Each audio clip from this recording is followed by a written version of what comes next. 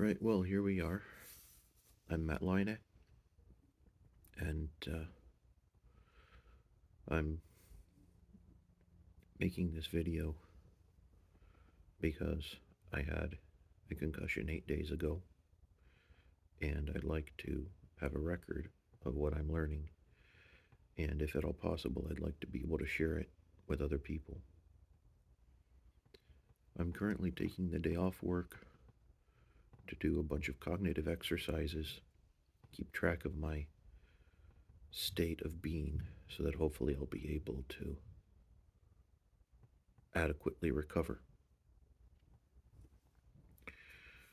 So that's why I'm making the video.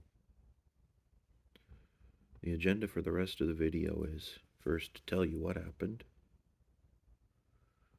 share about short-term memory, arithmetic reasoning, temporal reasoning, planning, the kinds of mental exercises I'm starting, to share a bit about the state of technology, specifically regarding spec-driven development and verification, the importance of the Socratic Method, and then a recap of everything that I've told, plus some passages from Holy Scripture that I think will be edifying and encouraging. So that's the agenda. So, what happened 8 days ago? 8 days ago, I got food poisoning. I lost many pounds of water weight and got my electrolyte balance all out of whack. And so I passed out eventually while vomiting, and I hit the floor. The next thing I remember is my wife was there picking me up. She told me she heard a big thud, and I got a black eye. Wasn't too bad, and I thought, well, I'll just go to bed and go to work in the morning, and I'll be fine. Just take a little extra sleep. Well, Monday morning came around, and I wasn't able to move. It took everything that I could just to get up and go to the bathroom and go back to bed.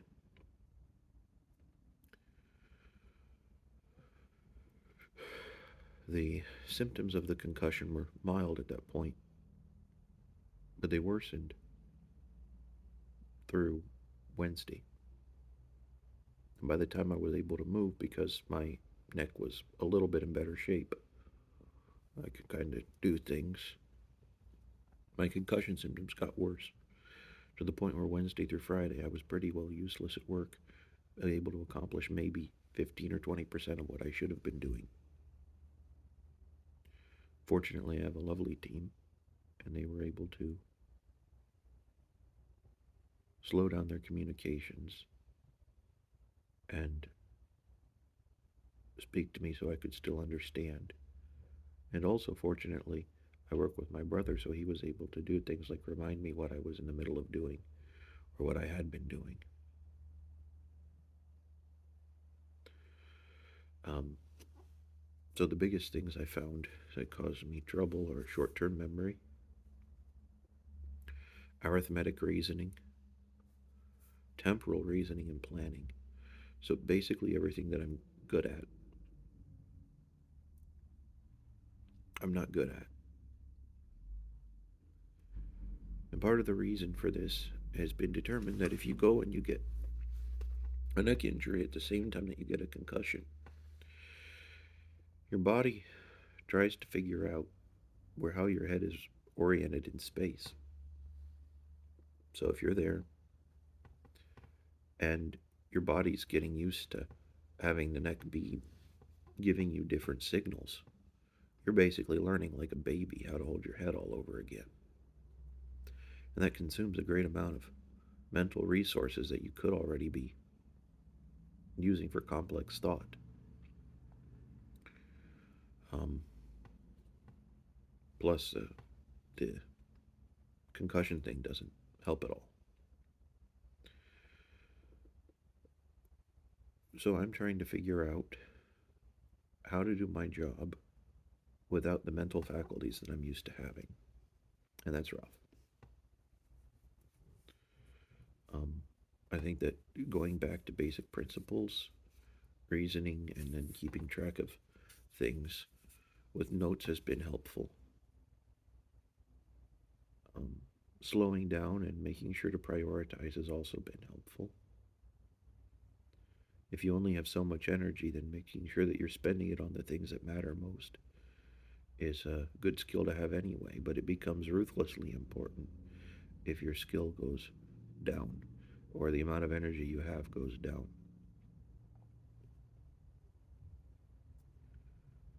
So, given that, what do I think is important to focus upon?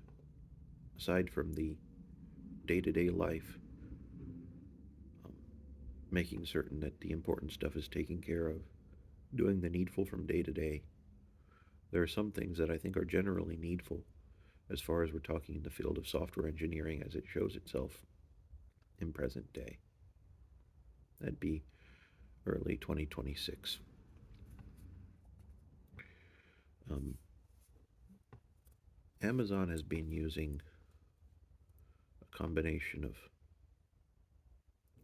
AI agents and um, Lean 4 for verification of Rust library behavior and things like that. So basically, the idea of Lean 4 is it's a language that people use for writing math proofs.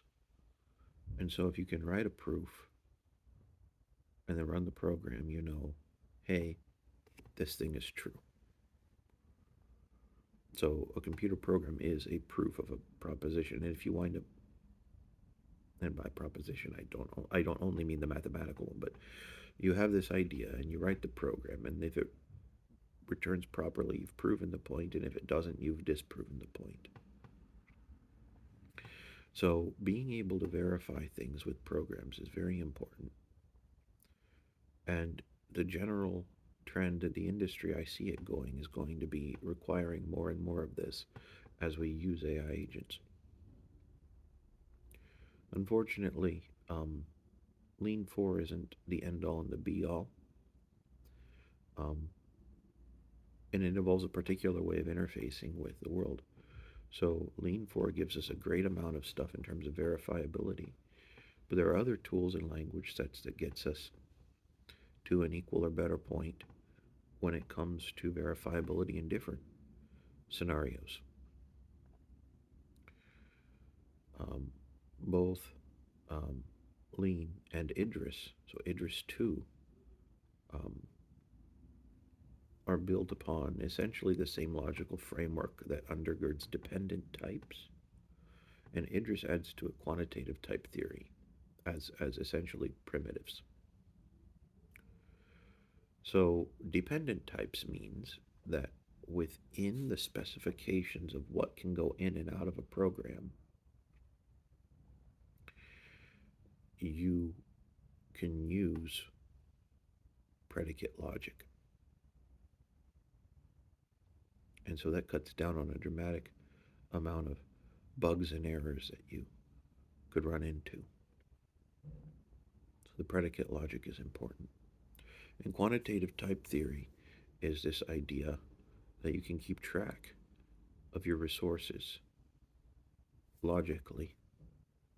So you can prove things like if you allocate memory and you use it once and you deallocate the memory, or that for every thing that you allocate, you deallocate. For every resource you use, you yield it back to the system, etc. So you can do that with network connections and memory, and it's the same general idea um, that Rust uses when dealing with the borrowing and ownership model. It undergirds ref counting, um, but is a much broader thing that can be utilized all over the scope of computing. And so, if you want AI to be making you programs that aren't garbage, and you're probably going to want to be educating yourself with tools like Idris 2, um, or lean for. I would recommend understanding both and being able to use both as target languages for what you're doing. I'm currently working on an existing open source project called Idris JVM and upgrading it so that um, it works in accordance with the latest Idris spec. Now, my concussion has gotten in the way of me doing a lot of this, but the things I can remember doing is basically quality of life improvements to the um, actual model of how Idris files get stored or get compiled to class files. So a whole lot of bytecode manipulation and fun stuff like that. Writing a compiler is always fun, and editing somebody else's compiler to make it even better is very fun. The whole point of all this work is that you need to have the verification element associated with spec driven development. Because if you can't go and just say, these are the specs, and here is the proof that the program fulfills the specs, then we wind up generating a bunch of AI slop. And in certain realms, the programs that we write might kill somebody or steal money from somebody or, or medical equipment, airplane equipment. You already have high verification environments. So integrating the tools with things like our Claude code and whatnot is vitally important. But that leaves us also the question as to how do we elicit the requirements in the first place? And that's been a question that people have had for, at least in software, for the past nearly a century, at least 70, 80 years. But I would say, in terms of any kind of a project, um, when you wind up having the engineers and the workers that are doing the things versus the people that are making the asks, oftentimes there's a difference. And difference in terms of understanding how the world works, different in terms of understanding what's possible and what someone wants. And so, using a very old method, I think, is a good way of teasing out these requirements. So, if you want to have something that you can verify, you need to make sure that you tease out something that's sufficiently specific.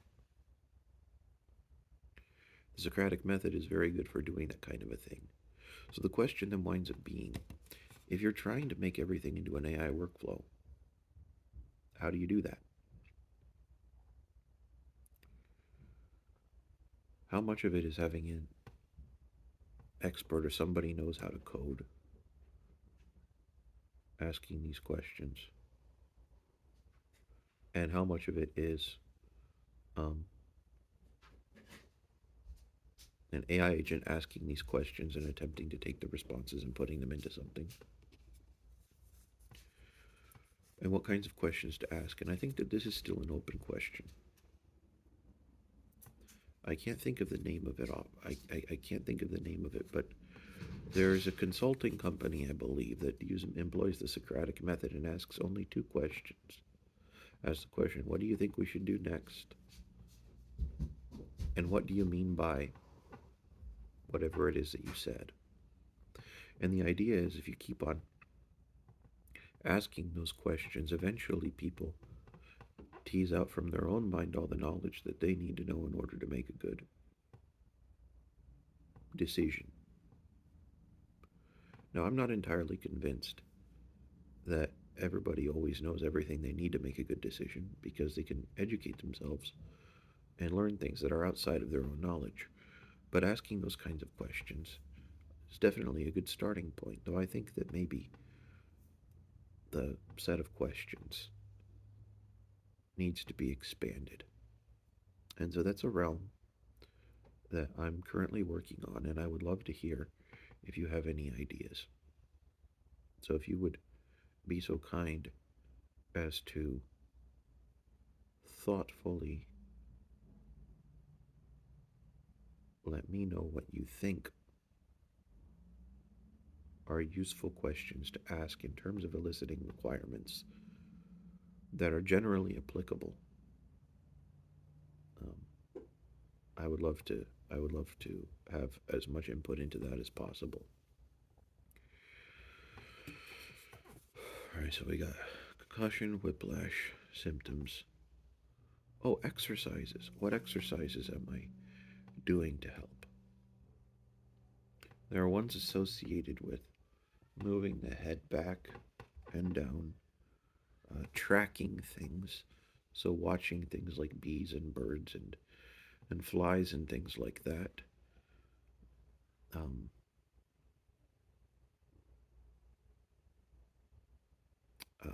I have some videos of balls bouncing and things going here and there so I can pick exactly what sorts of things I want to look at. But often it can be just going and sitting outside and watching the birds fly around and trying to track them with my nose a little bit insofar as it doesn't hurt my neck. Important stuff in tech. Idris 2. If you are so inclined, figure out how to contact Edwin Brady. You can see his contact information on the university page and things like that. And give him a big, huge thank you, as well as all the people that participated in making the Idris 2 compiler. Spec-driven development and verification. As important things, the Socratic Method. Oh, and another exercise for you. If you want to be, if you're new to the field of computing and you're interested in getting good at something, one of my biggest recommendations is that you learn Idris. There's a community driven tutorial, I think it's on Read the Docs or something. Readthedocs.io. Might be idris2.readthedocs.io or something like that. You can find it if you Google Idris 2 tutorials. If you learn Idris 2 and use it to do NAND to Tetris, you can find that on nandtotetris.org. Um, that will give you a very solid foundation. I've recommended in the past that you do automate the boring stuff with Python and use Python to implement NAND to Tetris, and that's a very good course of action. But if you have the choice to learn Idris or to learn Lean 4, you could also implement NAND to Tetris in Lean 4. Those would be two very good activities. The difference is you don't have the same kind of introductory learning resources as are available for Python. So um, you have that problem, but you also have the benefit that existing things like the Gemini integration with Google search is enough that you can already get way better advice than Stack Overflow gave half a decade ago for how any particular language works. So you could probably figure out a great amount of how to do Ninja Tetris just with Google or the free tier of different AI models that are available. But we see everything is changing. The world is changing at a rapid pace in terms of the technological frameworks and ways of interacting with tech and with other people. The job landscape is changing. The world is scary and we're all going to die. Anyway, so we're left with the same question that everybody's always been left with, which is how do we love those around us in the meantime? And as a Christian, I must say that God is love. And so, as the wise man wrote in Ecclesiastes, there's nothing new under the sun. But Still, even though there's nothing new under the sun, um, there's still plenty of good that we can deal with. Now, open this up here for you a bit to share with you some things that I found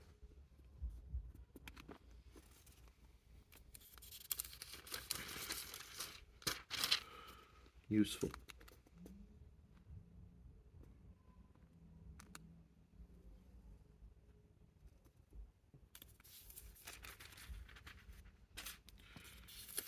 It's in the book of Ecclesiastes in the Bible.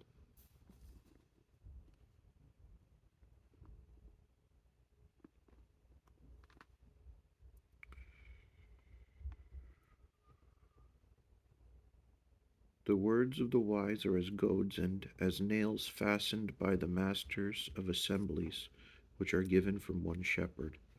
And further by these, my son, be admonished.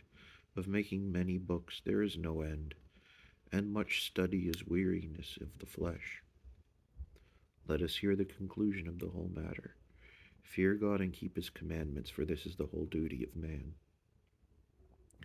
For God shall bring every work into judgment with every secret thing, whether it be good or whether it be evil.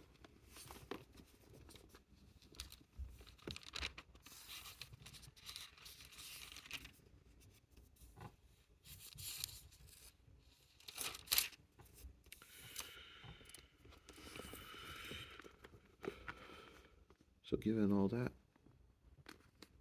there are three other passages that I think are important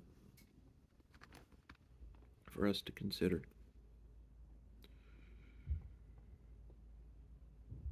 He that dwelleth in the secret place of the Most High shall abide under the shadow of the Almighty.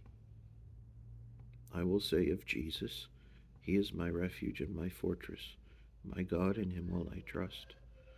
Surely he shall deliver thee from the snare of the fowler, and from the noisome pestilence. He shall cover thee with his feathers, and under his wings shalt thou trust. His truth shall be thy shield and buckler. Thou shalt not be afraid for the terror by night, nor for the arrow that flieth by day, nor for the pestilence that walketh in darkness, nor for the destruction that wasteth at noonday. 1,000 shall fall at thy side, and 10,000 at thy right hand, but it shall not come nigh thee. Only with thine eyes shalt thou behold and see the reward of the wicked, because thou hast made Jesus, which is my refuge, even the Most High, thy habitation. There shall no evil befall thee, neither shall any plague come nigh thy dwelling. For he shall give his angels charge over thee, to keep thee in all thy ways. They shall bear thee up in their hands, lest thou dash thy foot against a stone. Thou shalt tread upon the lion and the adder, the young lion and the dragon shalt thou trample under feet.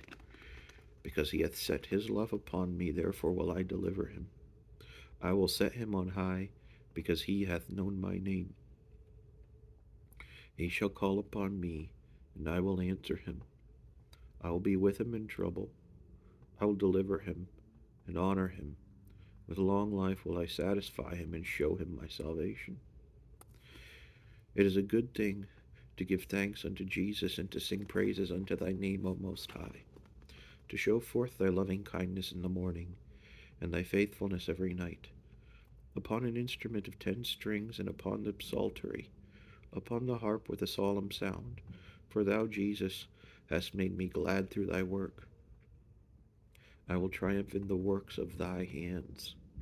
O Jesus, how great are thy works, and thy thoughts are very deep. A brutish man knoweth not, neither doth a fool understand this. When the wicked spring as the grass, and when all the workers of iniquity do flourish, it is that they shall be destroyed forever. But thou, Jesus, art most high, forevermore. For lo, thine enemies, O Jesus, for lo, thine enemies shall perish. All the workers of iniquity shall be scattered. But my horn shalt thou exalt like the horn of an unicorn. I shall be anointed with fresh oil. Mine eye also shall see my desire on mine enemies, and mine ears shall hear my desire of the wicked that rise up against me. The righteous shall flourish like the palm tree. He shall grow like a cedar in Lebanon. Those that be planted in the house of Jesus shall flourish in the courts of our God. They shall still bring forth fruit in old age. They shall be fat and flourishing, to show that Jesus is upright. He is my rock, and there is no unrighteousness in him. Jesus is my shepherd, I shall not want. He maketh me to lie down in green pastures. He leadeth me beside the still waters. He restoreth my soul. He leadeth me in the paths of righteousness for his name's sake. Yea, though I walk through the valley of the shadow of death, I will fear no evil, for thou art with me. Thy rod and thy staff, they comfort me. Thou preparest a table before me in the presence of mine enemies. Thou anointest my head with oil, my cup runneth over. Surely goodness and mercy shall follow me all the days of my life, and I will dwell in the house of Jesus forever. Now the first day of the week cometh. Mary Magdalene, early, when it was yet dark, unto the sepulchre, and seeth the stone taken away from the sepulchre. Then she runneth and cometh to Simon Peter, and to the other disciple whom Jesus loved, and saith unto them, They have taken away the Lord out of the sepulchre, and we know not where they have laid him. Peter therefore went forth, and that other disciple, and came to the sepulchre. So they ran both together, and the other disciple did outrun Peter, and came first to the sepulchre. And he, stooping down and looking in, saw the linen clothes lying, yet went he not in. Then cometh Simon Peter following him, and went into the sepulchre, and seeth the linen clothes lie, and the napkin that was about his head, not lying with the linen clothes, but wrapped together in a place by itself. Then went in also that other disciple, which came first to the sepulchre, and he saw and believed. For as yet they knew not the scripture, that he must rise again from the dead. Then the disciples went away again unto their own home. But Mary stood without at the sepulchre weeping. And as she wept, she stooped down and looked into the sepulchre, and seeth two angels in white sitting, the one at the head, and the other at the feet, where the body of Jesus had lain. And they say unto her, Woman, why weepest thou? She saith unto them, Because they have taken away my Lord, and I know not where they have laid him. And when she had thus said, she turned herself back, and saw Jesus standing, and knew not that it was Jesus. Jesus saith unto her, Woman, why weepest thou? Whom seekest thou? She, supposing him to be the gardener, saith unto him, Sir, if thou have borne him hence, tell me where thou hast laid him, and I will take him away. Jesus saith unto her, Mary.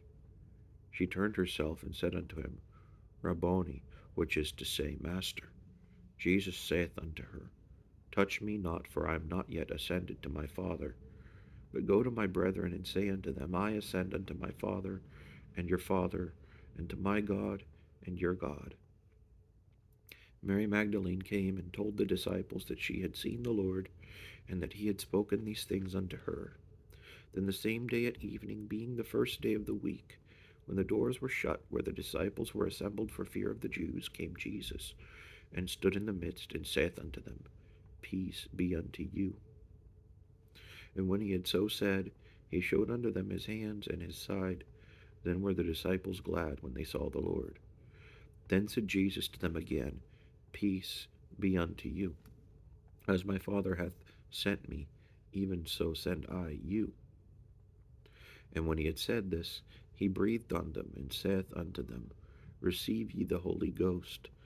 Whosoever sins ye remit, they're remitted unto them. And whosoever sins ye retain, they are retained. But Thomas, one of the 12, called Didymus, was not with them when Jesus came. The other disciples therefore said unto him, We have seen the Lord. But he said unto them, Except I shall see in his hands the print of the nails, and put my finger into the print of the nails, and thrust my hand into his side, I will not believe. And after 8 days again, his disciples were within, and Thomas with them. Then came Jesus, the doors being shut, and stood in the midst, and said, Peace be unto you. Then saith he to Thomas, Reach hither thy finger, behold my hands. Reach hither thy hand, and thrust it into my side, and be not faithless, but believing. And Thomas answered and said unto him, My Lord and my God. Jesus saith unto him, Thomas, because thou hast seen me, thou hast believed. Blessed are they that have not seen and yet have believed. And many other signs truly did Jesus in the presence of his disciples, which are not written in this book. But these are written that you might believe that Jesus is the Christ, the Son of God, and that believing you might have life through his name. And so, yes, the world is scary. Yes, we die. Yes, we injure ourselves. Yes, we get to the place where we're not capable of doing things. We injure ourselves. We grow old. Life changes amongst us. Chance and time happen to everybody. But God is love, and Jesus is God, and believing in him we might have life in his name, and so we don't need to worry. And that's pretty much all I have to share for this time. I love you, and we'll see you later.